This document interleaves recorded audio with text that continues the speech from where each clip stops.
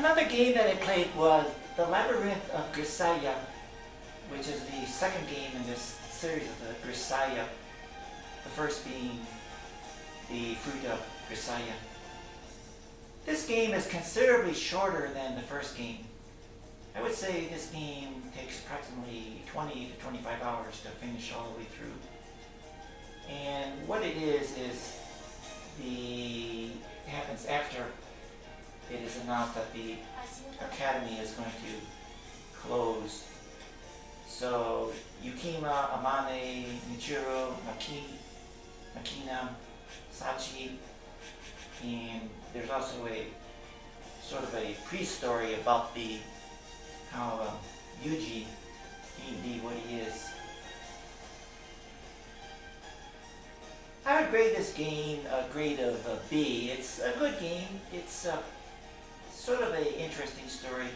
Of course, all of the girls, Yuji once again gets all of them in succession, at least once or twice.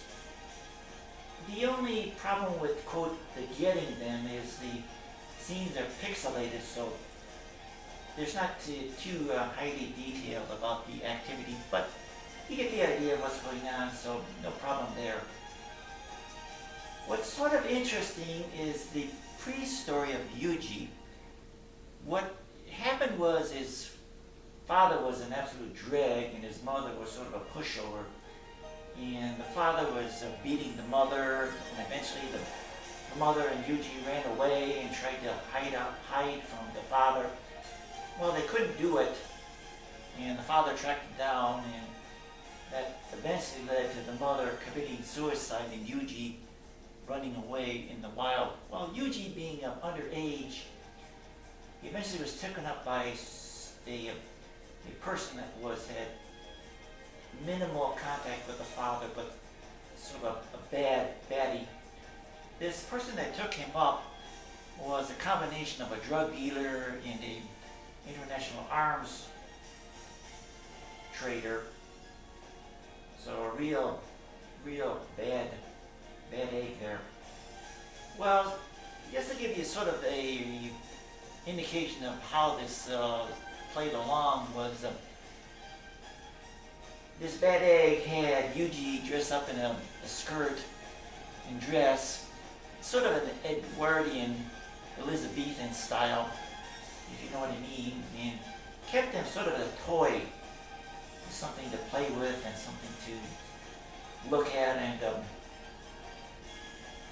pass the time doing what he could with him. That eventually, well, Yuji went along with it, and eventually this bad egg, arms dealer, drug dealer, arms merchant, put Yuji in an academy and had him trained to be an assassin. And Yuji went along with it because he didn't have any other option. And he became sort of good at it. So that's sort of a capsule summary of how Yuji became what he is.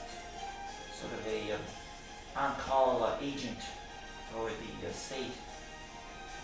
Well, this comes into play at the very end of the game, because what happens is Yuji is captured in one of these missions that had at its heart to take down the arms trader, drug dealer, in sort of a state-sponsored action to get rid of him.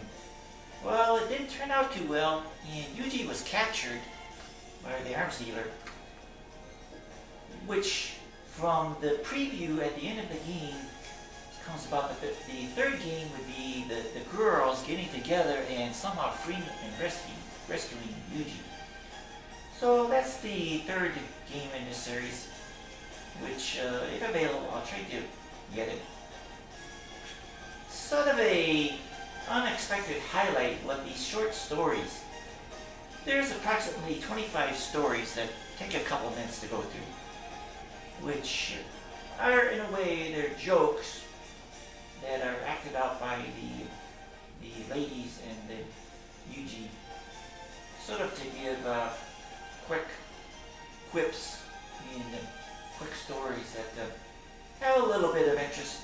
So it's something that piques up the game. タイトルに戻るわ。グリザイアの迷宮。